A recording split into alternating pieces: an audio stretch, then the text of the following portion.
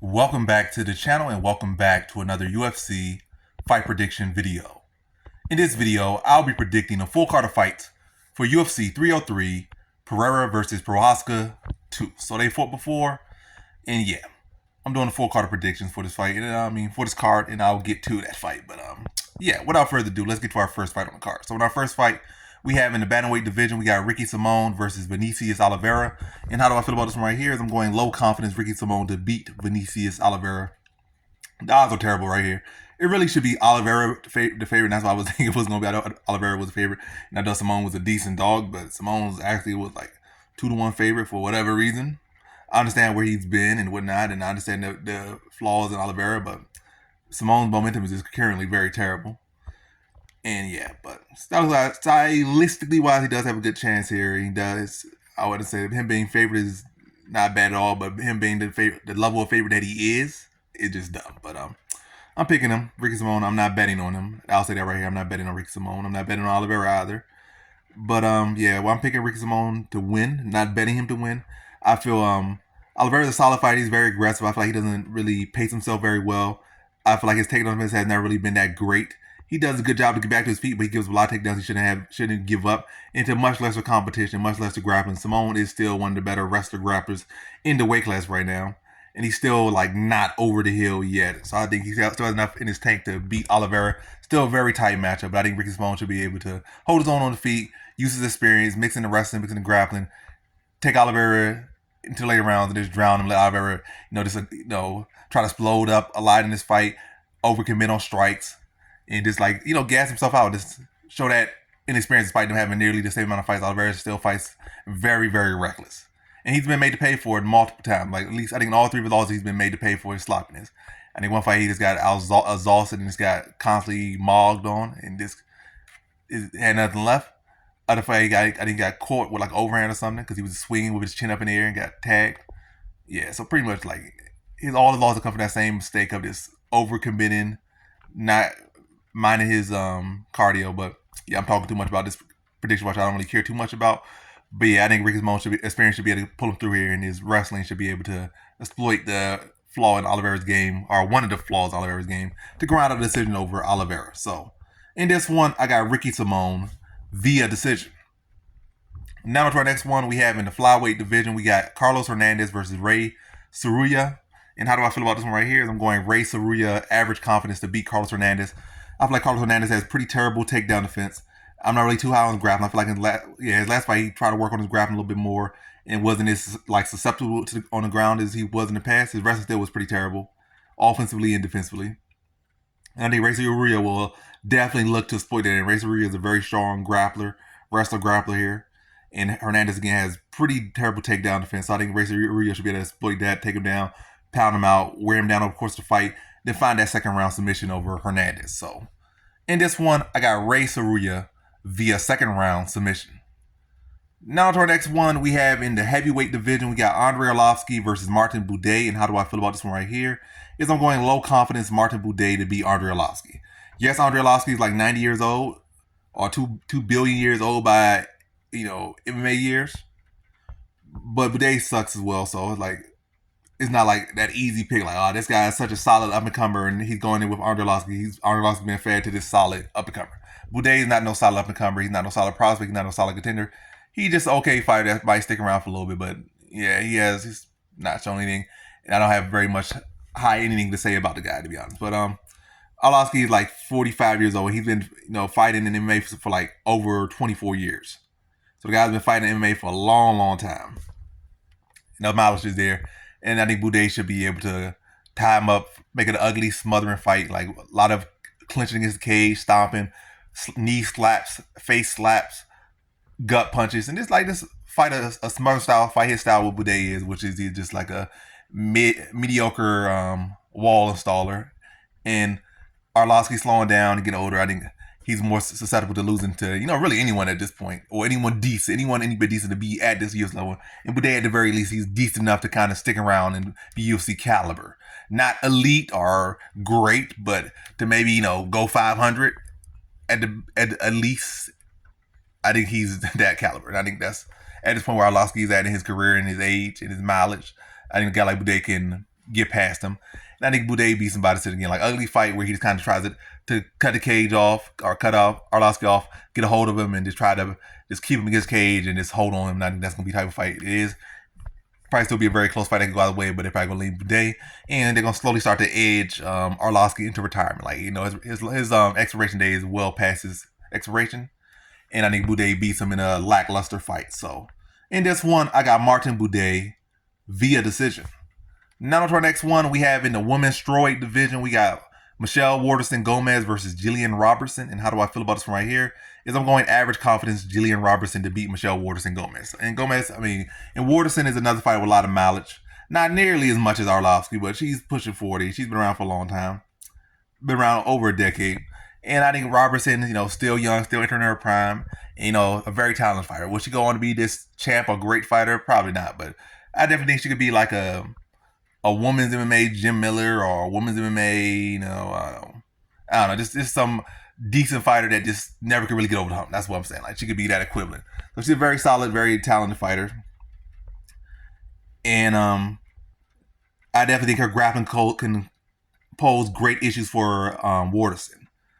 I think Waterson will have some good success on the feet, even probably in grappling for like limited periods of time. But I feel like eventually Jillian Robertson will be able to get a good hold of her, get her to the ground, and then that's where it's going to see the biggest difference. On the feet, Waterson probably going to land some good shots, nothing really too damaging, not dropping her, not hurting her, not really outlanding her by much on the feet, not really doing too much effective. If anything, I feel like Robertson might be able to do some more damage on the feet. But I feel like where it's the real damage, the real fight going to play, you know, the real factor here is the grappling. I think Robertson's going to be able to find a submission on Waterson in the second round. You know, once she starts to really establish her position, I feel like she'll get a good takedown or some good control or some good attempts in the first round. But I think ultimately it's going to accumulate in the second round where she's going to find that finish. And I think it's going to be in the second round.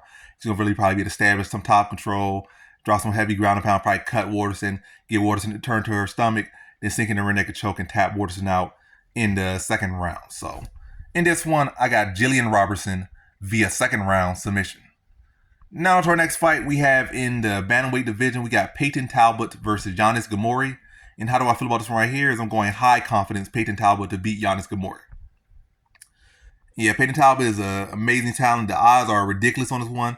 Yes, he deserves to be high, even locked to be honest, but minus 2,200 or minus 2,400, probably be minus 3,000 by the fight time. Yeah, that's too much too soon. I know Ghemmouri ain't really all that, or he's definitely not all that, but Peyton Talbott still got a lot to prove, and I feel like minus 500 would have been more accurate, minus 600, maybe minus 800, but thousands plus, yeah, that's crazy. I don't see how you can even parlay that. Like, what you gonna do with that? You gotta look for some props. But anyway, yeah, Talbott versus Ghemmouri. Yeah, I feel like Peyton Talbott is gonna be too much for Ghemmouri, too physical, too offensive, and it's really putting that pressure on Ghemmouri. Ghemmouri's gonna do okay early, you know, he's gonna be able to like move a little bit, throw some okay counters, throw some good offense out there, but Peyton Talbott is going to be relentless, just on him, constantly teeing off him, constantly keeping on the back foot, and only getting stronger as the fight goes on. I just think Ghemmouri's not going to be able to keep up with him. He's going to be too physical, too strong, and just start to overwhelm him. You know, that's what he does. I'm not going to say Peyton Talbott is such an amazing wrestler. He's such an amazing striker. He's really like, at this current point in his career, you know, he's getting a little bit more savvy. He's getting a little more slick. He's getting a little more tactical and stuff. He's getting a little, his IQ is improving, but at this point in his career, he's still very much like, he just physically an imposing bully. Oh, his jab was so slick. He got such good headwood now. His headwood was non-existent. But he'll walk you down like Iron Man and he'll beat on you till you can't take it no more. He just keep walking down. I think that's what he'll do. It just overwhelm Ghemmouri, and I think he stops him in the third round. So in this one, I got Peyton Talbott via third round TKO. Now to our next one, we have in the featherweight division, we got Charles Jourdain versus John Silva. And how do I feel about this one right here? Is I'm going I'm not going Charles Jourdain. I'm going John Silva, low confidence to beat Charles Jourdain. So get that right. I'm going John Silva. Get that right. My mind and my vocabulary drifted off for a second here. But yeah, John Silva, low confidence to beat Charles Jourdain. I think this is a very, very close matchup. Two guys that will bring it and two guys that are warriors. Like, ain't no quitting in either of these guys. Both of these guys will bring it.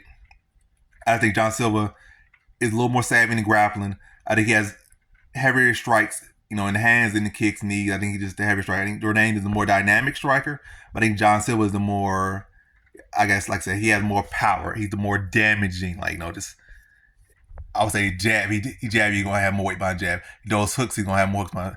He does overhands, he's going to have more hooks. He has more right hands, he's going to have more power behind it. He's just a more heavy-handed fighter. And just more, just a heavier fighter in general with his strikes. With Jourdain, you could expect the flying knees, the crafty combination. That's more Jourdain's game. Yeah, that's more Jourdain's game. But yeah, to sum this up, I just feel like it'd be a very close fight. Jourdain may be landing more total strikes by a little bit, maybe a little bit more flashy, maybe.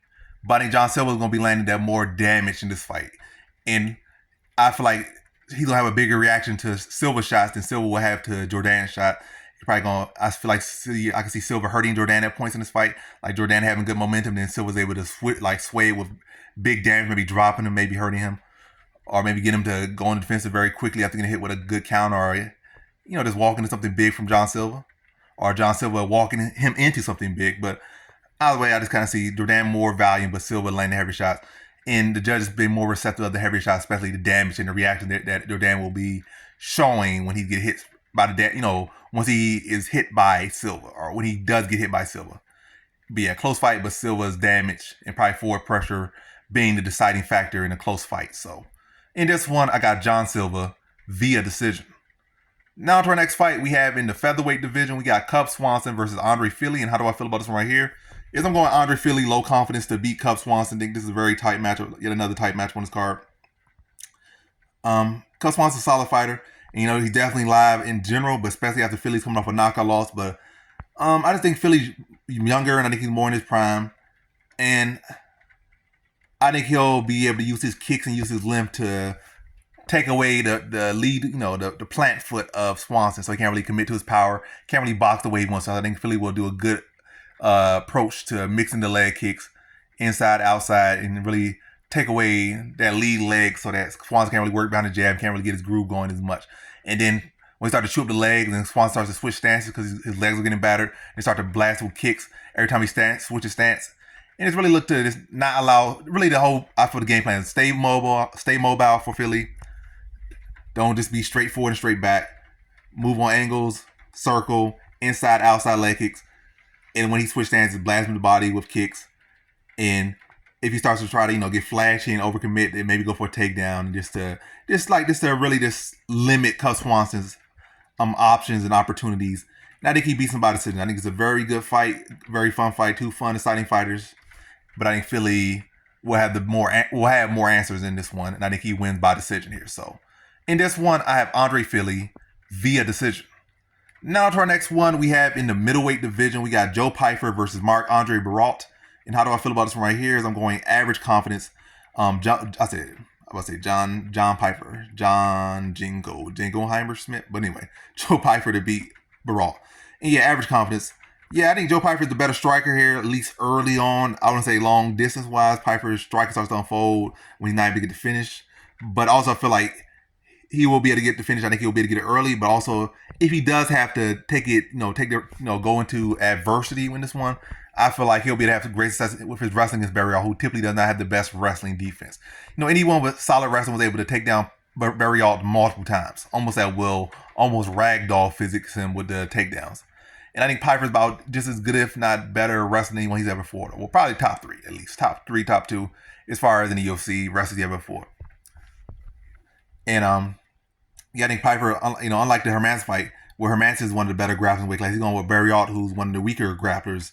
At least as far as guys that are either been ranked or near ranked, or have guys that have competed against, multiple times against ranked competition like Barriault has. He's one of the guys who has one of the weaker takedown defense games and one of the weaker grappling games. And I think Pyfer can exploit that if, I think submissions live here, but I'm leading to like a first round TKO. Barriault, when he's finished, has typically been finished early more so than late. So I think Pyfer's going to be able to find that shot and knock him out towards the end of the first round and put Barriault out there. But definitely, I feel like if he needs to, he can mix in the grappling and just fight. My main issue with him is just coming off that performance where his mind is at. It seems like everything's in a good place, but I can't go high here. But I'll go average, and I'm going first round TKO. So in this one, I got Joe Pyfer via first round TKO. Now to our next fight, we have our first fight on the main card in the welterweight division. We got Garry versus Michael Page. And how do I feel about this one right here? Is I'm going low confidence Michael Page to beat Ian Machado Garry. So Ian Machado Garry, he's been shaped up to be the future. He's going there with Michael Page, guy who, had a very long window where, we want this guy to come to UFC. We want this guy to be this, we want to be that. And it seemed like that window passed, but but I guess he came at the right time, I guess. So got the future versus guy, who had a lot of hype for a long time. You gotta understand, Michael Page has had hype for a long time. I was like, freshman in college? Or prior to freshman in college? So that's a long time ago. Ain't that? It's a long time ago. I'm aging myself, but it's been a long time. But anyway, to focus on this one, I feel like both guys play with distance and range a lot. But I feel like Garry might feel like he's distant, he's better than this, but I feel like Ian Garry's not as good at controlling distance and range as he thinks he is. He's not as good at avoiding shots as he thinks he is. Like, we've seen Chiasson drop him. We've seen Jeff Neal multiple times be able to crowd his space and touch him with shots. In reality, you can say, oh, yeah, he beat Jeff Neal. I feel like I picked Garry to win. I think I picked him by a knockout decision. I think I picked him by a clean decision. And arguably, me even picking, I feel like you really could get at the Jeff Neal too. It was a close fight. It wasn't no run through or anything. It was a very, very close fight. Like, he didn't do a great job of keeping Jeff Neal off him at all. He did, he didn't do a phenomenal job. And you saw how Wonderboy did Jeff Neal. Not to say that Wonderboy just dogged Jeff Neal, but you see the difference between how he looked against Wonderboy, how he looked against Garry. Wonderboy clearly beat him over the course of 5 rounds. It wasn't no close type of fight, anything like that. But Ian Garry doesn't do a good job, as good of a job as he thinks he does. I think Michael Page is a much better controller of the void, much better control of the distance, drawing people out and land those counters. And even when we look at Garry's fight against I just remember that wrestler's name. I think that was his debut in the UFC, and that guy was touching him up until he was able to get that pull counter on him towards the end of the first round, I think. So Garry is not that slick guy. He be getting his nose busted by people, and nose and mouth bust up and lit up by people who should not be touching him. He's all long, he's all young, and he's all fast like he think he is. But you get hit way too much for a guy who thinks, like, who you think you are and who you are is not. It don't line up just yet. You're very young, and I think you're going to get there. But I still think there are flaws. I think Michael Page right now is just better right now. But yeah, close fight, low confidence. Again, this is a very tight matchup. But I think Michael Page will be able to draw out a reaction from Garry, counter him, and make Garry play his style. Make Garry miss, make Garry frustrated. Garry, already getting touched by people. He think he's so elusive, and now he's not. He already be thinking he outrange against guys that aren't even that good at controlling distance. Those guys that aren't that good at closing distance. Guys that aren't even quick like that are getting up on you and touching your chin, busting your nose up, smacking your lip, make you bleed out your eyes by guys who aren't even like that. So, yeah, I think Page will be able to cover that distance quicker than he can anticipate. And it's really, I think Page is going to play that distance. I think it's going to play out to be a Michael Page type fight. I think when Gary's going to try to grapple at points out of frustration, and I think even that, when he started grappling out of frustration, like Page going out grappling those things, and then just get back to standing, having frustrated, kind of how he had Holland frustrated and looking for answers. And Page is going to be too fast, too sharp, and just beat him to the punch, beat him to the kick, and just 2 steps ahead of him for the majority of the fight.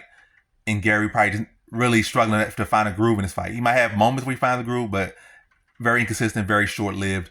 And Page is showing him that there's levels and there's experience to the game. I think he outpoints Garry to a decision here. So in this one, I got Michael Page via decision. Now to our next one, we have in the women's bantamweight division, we got Mayra Bueno Silva versus Macy Chiasson. And how do I feel about this one right here? I'm going low confidence Mayra Bueno Silva to beat Macy Chiasson. Yeah, tight matchup. I think Macy Chiasson, if she can lock in, she has potential to be a champion in this weight class with the current crop of fight. Well, no, not anymore. I said that in a quick pick. Now that's thought about. Kayla Harrison's here now. Nah.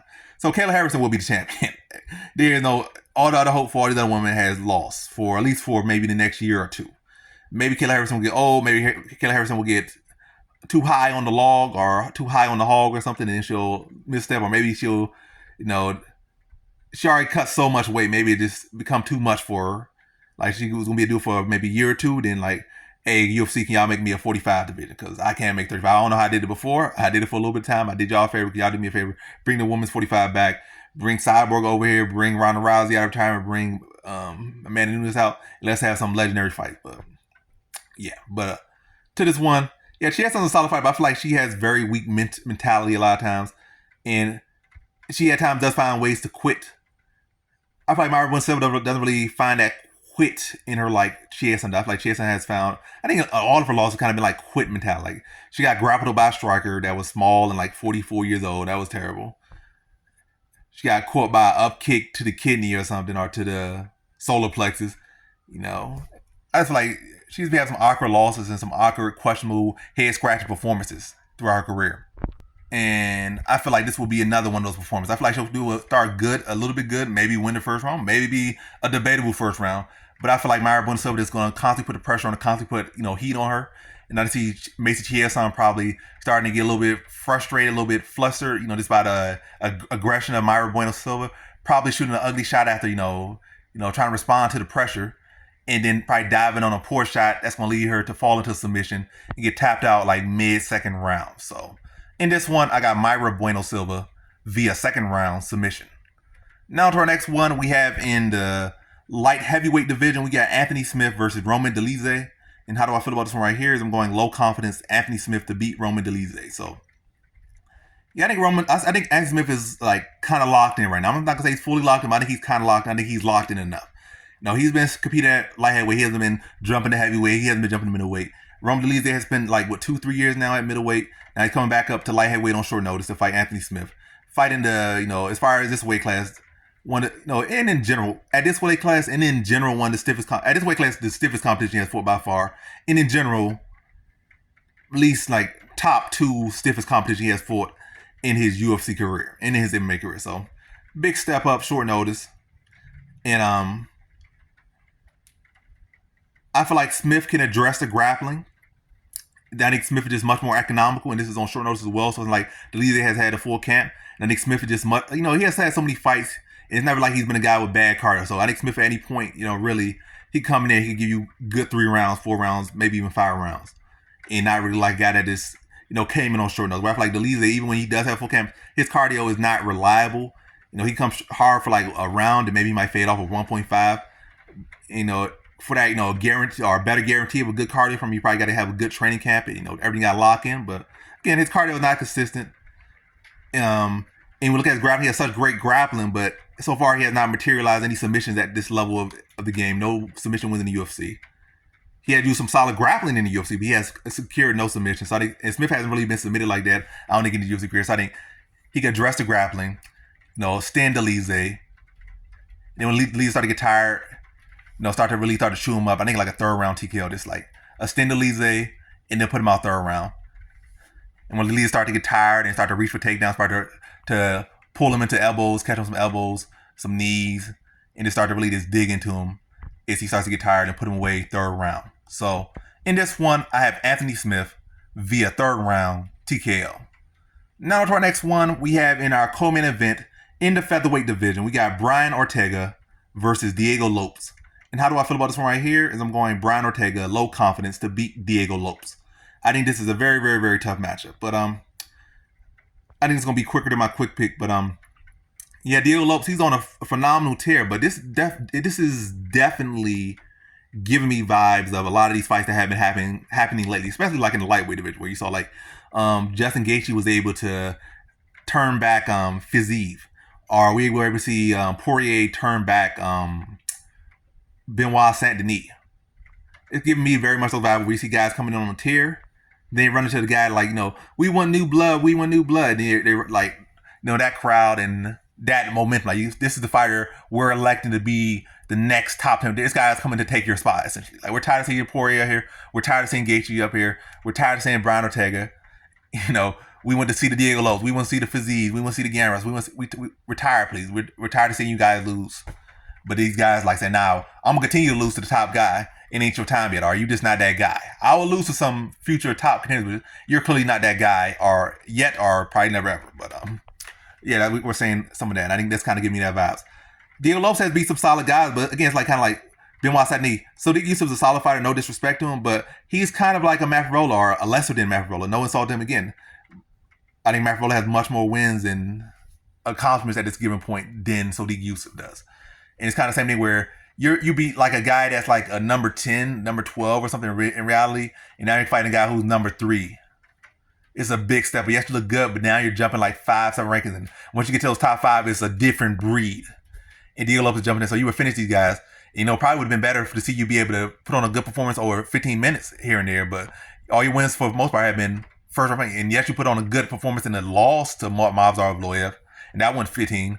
But as far as winning, we have not seen you fight 15 minutes and win. We have not seen you go into the third round and need to come back and get that finish. And with Barriault, Ortega, even to this point in his career, like I feel like in general, all his fights have been him, you know, facing adversity early and then coming back and finding miraculous finishes, or is finding that digging deep and finding that dog and then finishing guys. And I think that's what's gonna happen in this fighting. Diego Lopes can come out hard early, probably hurt Barriault Ortega. Barriault Ortega gonna have to dig deep. Hopefully he's not like a judge quick to stop a fight, but I think Barriault Ortega gonna be able to weather the storm early. And then start to walk tire Diego Lopes down, start to rip him to the body, rip him up top, and start to just like break Diego Lopes down. Like Lopes is gonna give him the kitchen sink, but Ortega's still gonna be there afterwards and constantly be tagging him. And Lopes is not gonna, you know, take the damage as good as Ortega took it from him. Lopes started to panic, started to break, and then I see Ortega finding a third round submission after a crazy fight, a crazy first round, constant pressure, breaks Lopes down, shows him levels to this game, and taps him out in the third round. So in this one, I got Barriault Ortega via third round submission. Now to our main event, we have in the light heavyweight division, we have a rematch for the undisputed light heavyweight championship. We have Alex Pereira versus Garry Prochazka. And how do I feel about this one right here? I'm going average confidence Alex Pereira to beat Garry Prochazka yet again. Yeah, do I need to beat around the bush with this one? I don't at all. So what has Garry Prochazka really improved? I mean, he's live here, I will say that. Pretty much everyone's live, to be honest. Unless it's like a lock, but even then, people are still live. Like, locks are non-existent. Like, you know, likelihood they'll win, probably very, very high, but at the end of the day, a fight's a fight, and everyone has a punch chance or a submission chance, this and that. But yeah, to get this one, what had Garry Prochazka really improved? He had like one fight since then, and that fight with Rakic. You know, it was the same stuff with there. He's getting caught with check hooks by Rakic, who didn't really even have a check hook until that fight. Get his legs chewed up early. And like I said, he was getting chewed up to the legs yet again, caught with check hooks yet again. And now he's going there with the best. He was going with a guy who's not known for great kicks, or not known consistently for great kicks. Definitely not known for check hooks, or definitely not known for hands. And he was getting teed off on with the hands and the kicks. Now you're going over the guy with the best hook in all of MMA, maybe all of MMA history at this point, and probably top 5 all time leg kicks in all of MMA history. So it's a different breed, and you were getting chewed up by the demo, and you already lost to the real thing, and now you're going over the real thing again after getting chewed up by a prototype or a poor copy. And I feel like Pereira has been working a lot on his grappling, so the whole angle Prochazka is going to go to the grappling and find such a great setup. Like Pereira has been high-key working heavily on that. I think that he'll be solid enough there to address Prochazka's grappling. Not to say he can go out there out grapple Prochazka, but I think he can address a Prochazka approach that's going to try to mix in more grappling. And then, and even then, on top of that, Prochazka is not a guy that, we look at his lengthy career, he's not a guy that has looked to go and take you down in submission. He looks to go out there, he wants to strike, he wants that war. He don't want to go out there and lay on somebody for 25 minutes. He's not a guy that's going to go out there and trying to find, if it materializes, he'll find something like, you know, Scram maybe hurt the guy, and then Pereira might, you know, go for a single leg or something, and he might go for a guillotine or something, or he might go for this, or maybe go for that. And then, you know, if it presents itself, but he's not a guy that's going to be, oh, let me go chase him, let me go try to get his back and sink the hooks in and just slap him in the face from behind for like the whole round and hope he gives up a neck and I'll choke him out. Or let me try to flatten him out and then do that. Again, maybe if he hurts him, he'll do that, but initially that's never going to be, I just feel like that's not even his style or his character. But hey, even if he does, I feel like Pereira will be able to address it, but I think he won't. So again, Pereira will be able to address it. And again, Prochazka, I just feel like at this point in his career, he's not going to adjust. I could see a better fight. I could see a tighter matchup, but I'm leaning a less tight match. I'm leaning to a first round TKO for Pereira. I think he'll be 2 legs over Prochazka and draw those openings. I think he puts him out in the first round. I was going to say second round, but I'm leaning first round. I'm predicting first round. I think he chews up Prochazka legs yet again. Prochazka's going to start to feel that, you know, panic again when he's already limping. He's going to start to overcommit because he feel like, oh, I'm about to be on one leg. I got to give it my all and got to make something happen, just like he had to make something happen against Rakic. But Rakic is not Pereira. He's going to get over aggressive. He's going to get caught with a hook and he's going to go to sleep. So in this one, I have Alex Pereira via first round TKO. And that concludes my fight predictions for the full card of fights for UFC 303 Pereira versus Prochazka 2. And as always, thanks for watching. Peace.